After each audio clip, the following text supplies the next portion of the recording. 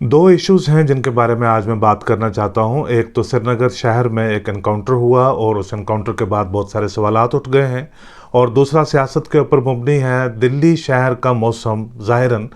जम्मू कश्मीर की बनिस्बत बहुत अच्छा है, लेकिन हवा में आलूदगी की वजह से दिल्ली शहर को इस वक्त दुनिया के जो बदतरीन शहर हैं उनमें से एक करार दिया गया है। क्या ये वजह है कि गुलाम नबी आज़ाद दिल्ली की उस पोल्यूशन से जान छुड़ाकर चिनाब वैली में कल आ गए और उसके बाद कांग्रेस में कोइंसाइड कर गई कुछ ऐसी इंपॉर्टेंट डेवलपमेंट्स? ये डेवलपमेंट्स कांग्रेस को और गुलाम नबी आज़ाद के अगले क्या स्टेप्स इंडिकेट करते हैं, उसके बारे में भी बात करूंगा। मेरा नाम ज़फ़र चौधरी है। कल दिन को कश्मीर के inspector general of police Vijay Kumar ने प्रेस कॉन्फ्रेंस देकर एक हवाला किया कि गुजरी रात से पहली रात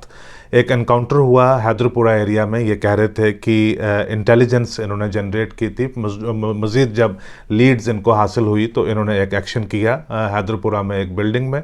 और वहाँ पे 4 अफराद की हलाकत हुई, जिसमें एक की ये शनाख्त करते हैं कि एक टेररिस्ट था, फॉरेन टेररिस्ट था। फॉरेन का मतलब ये कि एक पाकिस्तानी मिलिटेंट था। दूसरे को ये बताते हैं कि उसका एसोसिएट था, और तीसरे को बताते हैं कि वो ओवरग्राउंड वर्कर था, और चौथे की पहचान इन्होंने की है कि जिस बिल्डिंग में ये सारा मामला हुआ ये उस बिल्डिंग का मालिक था। इसकी मज़ीद वजाहत करते करते, यानी टेररिस्ट दरअसल इनमें से एक ही था, बाकी 3 की जो है वो उसके साथ वाबस्तगी के डिफरेंट लेवल जो हैं वो पुलिस ने अपनी तरफ से एक्सप्लेन किए हैं कि एक तो एसोसिएट था जो मदद कर रहा था टेररिस्ट की, दूसरा ओवरग्राउंड वर्कर था, यानी वो भी किसी तरीके से मदद के किसी दूसरे लेवल में शामिल होगा, और जो बिल्डिंग का मालिक है उसके बारे में ये बताया कि उसने पुलिस को इतला दिए बिना ये बिल्डिंग किसी को किराए पे दे रखी हुई थी, जिसमें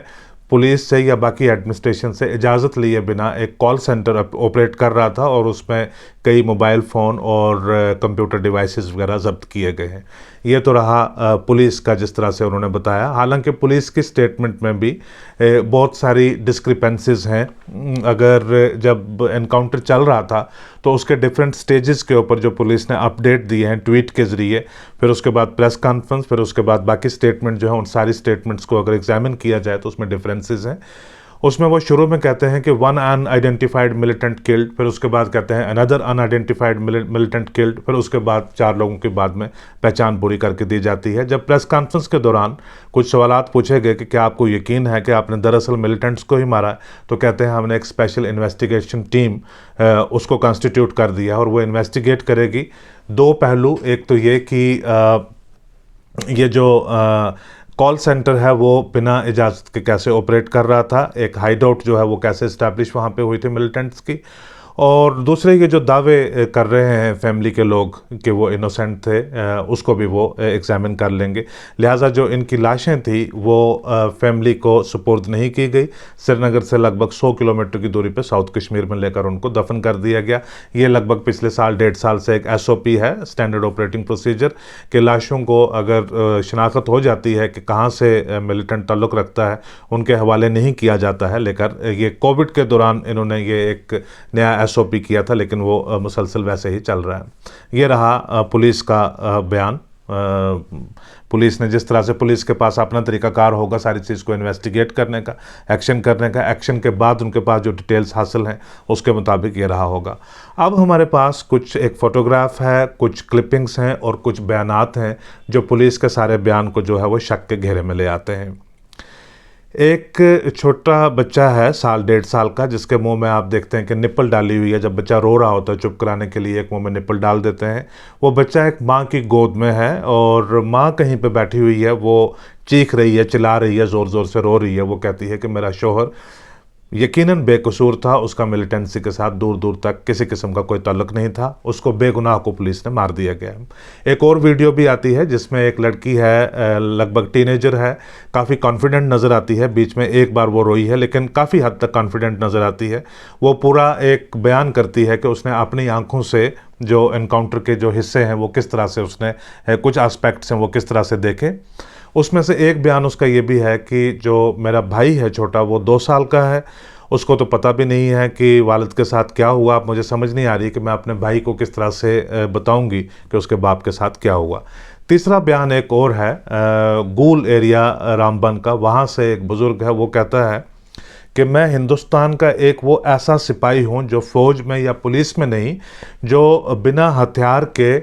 हिंदुस्तान के तहफ़्फ़ुज़ के लिए मिलिटेंट्स के ख़िलाफ़ मैं लड़ रहा था और मेरे पास तो कोई हथियार भी नहीं था। हथियार के बिना एक बार पत्थरों से ही मिलिटेंट को मारते मारते मैंने एक मिलिटेंट को मार दिया। और उसके बाद जो सिक्योरिटी फोर्सेस हैं वो मेरे घर को तहफ़्फ़ुज़ दे रही थी, मेरे घर की भी निगरानी कर रही थी। लगभग पिछले 11 साल से मैंने अपने बच्चों को जगह बदल बदल कर, हुलिये बदल बदल कर उनको पाला है, क्योंकि मुझे हमेशा ये शक था कि कहीं पे मिलिटेंट मेरे बच्चों को ना मार दें। लेकिन आज मेरे पास खबर ये आई है कि मिलिटेंट करार देकर मेरे ही बेटे को सिक्योरिटी फोर्सेस ने मार गिराया है। ये 3 स्टेटमेंट्स हैं 3 डिफरेंट फैमिलीज़ की, जो पुलिस का जो बयान है, जो पुलिस का दावा है, उसको शक के घेरे में ले आते हैं। ये बात हकीकत है कि जहाँ पे प्रोलॉन्ग्ड इंट्रैक्टेबल कन्फ्लिक्ट्स होते हैं, वहाँ पे एक बहुत बड़ी दिक्कत होती है कि इस बात को डिटरमिन करना बहुत मुश्किल होता है कौन मिलिटेंट है, कौन मिलिटेंट नहीं है, कौन कल मिलिटेंट था आज नहीं है, कौन आज मिलिटेंट नहीं है और कल मुमकिन तौर के ऊपर हो सकता है। एक कमरे के अंदर एक फैमिली के 4 लोग बैठे हुए हैं और अक्सर ऐसा होता है कि फैमिली के अंदर माँ बाप को या भाई बहनों को पता नहीं होता कि कौन उनमें से मिलिटेंट आज है, कल था या आगे हो सकता है। ये सारी बात एक माइंडसेट की होती है। लेकिन जब आप एक्शन करते हैं, जब कोई जान ले लेते हैं आप किसी की, जब एनकाउंटर हो जाता है, वो एक इरिवर्सिबल चीज़ होती है, उसको दोबारा रिवर्स नहीं किया जा सकता है। स्पेशल इन्वेस्टिगेशन टीम, कोर्ट की इंक्वायरी या किसी किस्म का कोई भी जुडिशल प्रोब होता है, उसको आप रिवर्स नहीं कर सकते। खास करके जब पुलिस एनकाउंटर के बाद कहती है कि शनाख्त हमने अब इस्टेब्लिश की है और जो बाकी चीज़ें हैं कि किन हालात में वहाँ पर कॉल सेंटर इस्टेब्लिश हुआ और किन हालात में बाकी चीज़ें हुई, इसको हम इन्वेस्टिगेट करेंगे।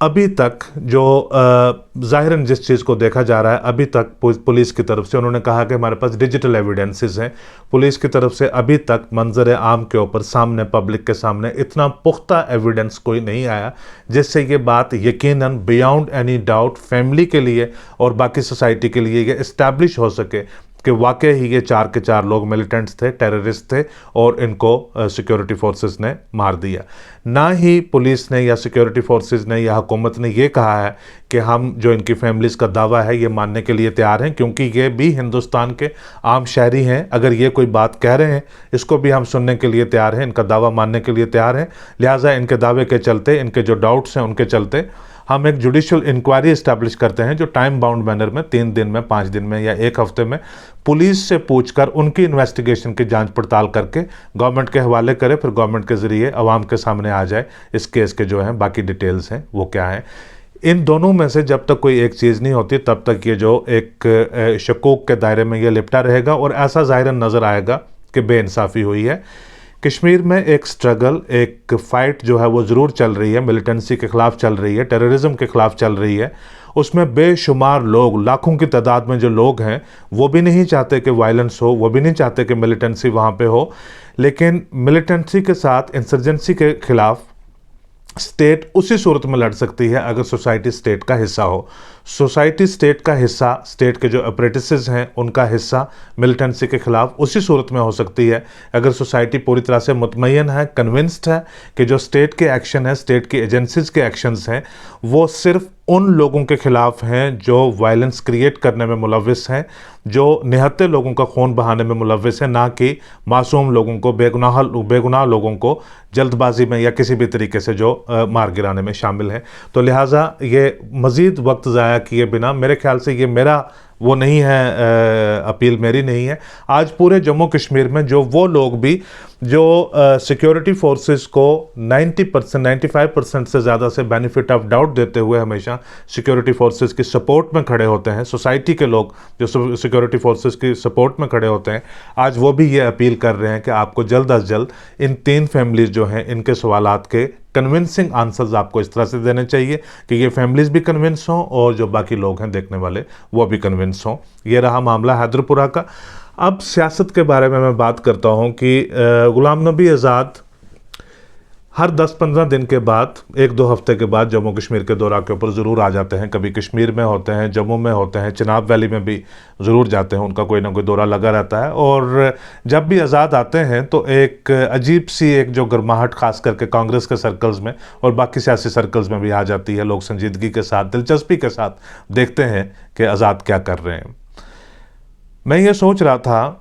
कि आज़ाद साहब के 42-43 साल के सियासी करियर में ये पहली बार ऐसा है कि इतने लंबे वक्त तक वो किसी प्रॉपर ऑर्गेनाइजेशनल या गवर्नमेंट असाइनमेंट के बिना है, और मेरे ख्याल से ये उनके लिए काफ़ी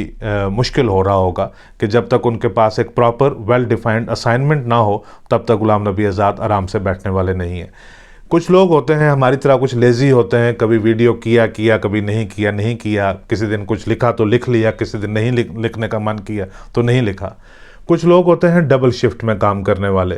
कुछ लोग होते हैं 4-4 शिफ्ट में काम करने वाले। जैसे आप प्राइम मिनिस्टर साहब के बारे में देखते हैं तो जो मीडिया वाले हैं बेशुमार दिल्ली में, तो वो अक्सर कहते रहते हैं कि प्रधानमंत्री जी, ये आप इतनी एनर्जी कहाँ से लाते हैं, आप इतनी ऊर्जा कहाँ से लाते हैं, आप कभी थकते नहीं, आपको कभी नींद नहीं आती। तो वो पूछते हैं वो भी बहुत ज़्यादा काम करते हैं। तो मैंने क्या कहा कि कुछ लोग होते हैं हमारी तरह लेज़ी, जो बमुश्किल सिंगल शिफ्ट में काम करते हैं, कुछ लोग डबल शिफ्ट में काम करते हैं, कुछ लोग 4-4 शिफ्ट में काम करते हैं, लेकिन गुलाम नबी आज़ाद का शुमार उनमें होता है जो ट्रिपल शिफ्ट में काम करते हैं। बतौर चीफ मिनिस्टर भी आपने देखा होगा कि ये सुबह से दोपहर की शिफ्ट अलग से, दोपहर से शाम की शिफ्ट अलग से, और शाम से रात की शिफ्ट जो है वो अलग से। क्या वो प्रोजेक्ट्स हों या अपना सियासी कामकाज हो, 3 शिफ्टों में काम होना चाहिए, यानी 17-18 घंटे दिन में काम ज़रूर होना चाहिए। ऐसा एक शख्स जिसके पास लेजिस्लेटिव रिस्पॉन्सिबिलिटी ना हो, पार्लियामेंट्री रिस्पॉन्सिबिलिटी ना हो, ऑर्गेनाइजेशन में जनरल सेक्रेटरी ना हो, और किसी स्टेट का भी खास करके चार्ज ना हो, तो वो क्या करेंगे?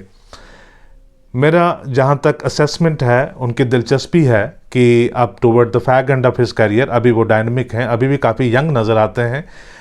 बेशक 70+ हों, लेकिन उनका इंटरेस्ट रहेगा कि नेशनल लेवल के ऊपर अगर कोई बड़ा रोल ना, तो वेल डिफाइंड इंडिपेंडेंट रोल हो कि जम्मू कश्मीर में कम से कम सियासत को बेहतर, जो कांग्रेस की जो ऑर्गेनाइजेशनल पॉलिटिक्स है उसको बेहतर कॉम्पिटिटिव करके इस पोजीशन में लाया जाए कि नेक्स्ट जब भी इलेक्शंस यहाँ पे हों, इंतखाबात हों, तो कांग्रेस गवर्नमेंट बनाने की दावेदार हो। दिल्ली में भी एक खासकर एक ऐसा पॉलिसी सर्कल है, वो इसी तरह से चाहता है कि एक बड़ा कंपटीशन है वो बीजेपी और कांग्रेस के दरमियान हो, और क्योंकि बीजेपी हो या कांग्रेस हो, जहाँ तक नेशनल इंटरेस्ट का मामला है, जहाँ से जो दिल्ली का जो एक सिक्योरिटी स्टेट पर्सपेक्टिव है जम्मू कश्मीर की पॉलिटिक्स को लेकर, उसके एंड दोनों पार्टियां लगभग सिमिलर तरीके से सर्व कर सकती हैं। नेशनल लेवल के ऊपर इनके दरमियान आइडियोलॉजिकल डिफरेंसेस जितने भी क्यों ना हो। कल लेटेस्ट डेवलपमेंट हुई कि कांग्रेस के कुछ ओहदेदारान जो जनरल सेक्रेटरी, वाइस प्रेसिडेंट और डिस्ट्रिक्ट की बहुत सारी पोजीशंस के ऊपर थी, उन्होंने अपनी पोजीशन से इस्तीफ़ा दिया। इस्तीफ़ा देकर कांग्रेस प्रेसिडेंट को उन्होंने चिट्ठी लिखी कि आर्बिट्रेरी तरीके से गुलाम अहमद मीर काम करते हैं, और 2014 से जब गुलाम अहमद मीर अब 9 साल होने लगे, 7-8 साल उनको होने लगे बतौर स्टेट कांग्रेस प्रेसिडेंट, तब से कॉन्स्टेंटली जो भी इलेक्शन पार्टी ने फेस किया है उसमें रिवर्सेस का सामना पार्टी को करना पड़ा है, और 200 से ज़्यादा लोग, जिनमें से फॉर्मर मिनिस्टर्स हैं, लेजिस्लेटर्स हैं और बड़े सीनियर कांग्रेस लीडर्स हैं, वो सारे पार्टी को छोड़कर चले गए हैं। और एक पार्टी के अंदर इन्होंने एक मोनोपोली बना के रखी हुई है 2-3 लोगों ने। वो क्या करते हैं कि डिजिटल मैनिपुलेशन करते हैं, यानी फेसबुक पे कुछ डाल दिया, प्रेस रिलीज डाल दी, यानी गुलाम अहमद मीर ने कुछ सोचा, रविंद्र शर्मा ने प्रेस रिलीज लिखी और दूसरे दिन के अखबार में आई, पता चला कि कांग्रेस का कोई बहुत बड़ा काम हो रहा है। ये मोनोपोली इन 2-3 लोगों की किस तरह से है, इसके ऊपर तो किसी दिन तफसीलन बात करेंगे, और उन्होंने कांग्रेस को कहाँ से लेकर कहाँ तक खड़ा कर दिया है इसके ऊपर तफसीलन बात करेंगे। लेकिन गुलाम नबी आज़ाद की आज मैं लिमिटेड इतनी ही रखूँगा कि गुलाम नबी आज़ाद की दिलचस्पी जम्मू कश्मीर के सियासी अमूर में, और ये जो कल का इवेंट है, जो लोगों ने इस्तीफ़े दिए और कांग्रेस के प्रेसिडेंट को लिखा कि हम इन ओहदों के ऊपर अब काम नहीं कर सकते क्योंकि अब दम घुट रहा है जिस किस्म के ऑर्गेनाइजेशनल तरीकाकार गुलाम अहमद मीर ने यहाँ पे रन किए हुए हैं। तफसीलन बात कांग्रेस के ऊपर अगले इसी हफ्ते किसी और एपिसोड में होगी। आज सिर्फ मैं इतना ही देख सकता हूँ और कह सकता हूँ कि ये जो 2 इवेंट हैं, आज़ाद साहब के फ्रीक्वेंट दौरे और ये वाली डेवलपमेंट है, ये आपस में आइसोलेटेड नहीं है, ये दोनों कनेक्टेड हैं, एक दूसरे के साथ जुड़ी हुई हैं। और मेरे ख्याल से एक जो नई शेप है जम्मू कश्मीर की पॉलिटिक्स को, वो यहाँ से एक बननी शुरू हो गई है। आने वाले हफ्तों में और दिलचस्पी के साथ देखा जाएगा कि कांग्रेस में गुलाम नबी आज़ाद किस हद तक जान फूंक सकते हैं, या कांग्रेस से बाहर कुछ इस किस्म का दायरा बन सकता है, रिबेलियन किस्म का, कि एक ऑर्गेनाइजेशनल पॉलिटिक्स हो जम्मू कश्मीर में, छतरी चाहे उसके ऊपर किसकी भी हो, लेकिन जो मिजाज है वो कांग्रेस का हो और कम से कम बीजेपी के साथ कंपटीशन में, जम्मू सूबा में एक बीजेपी के साथ एक कॉम्पिटिटर, एक अपोजिशन पॉलिटिकल पार्टी बन सके। आज का एपिसोड देखने के लिए बहुत शुक्रिया।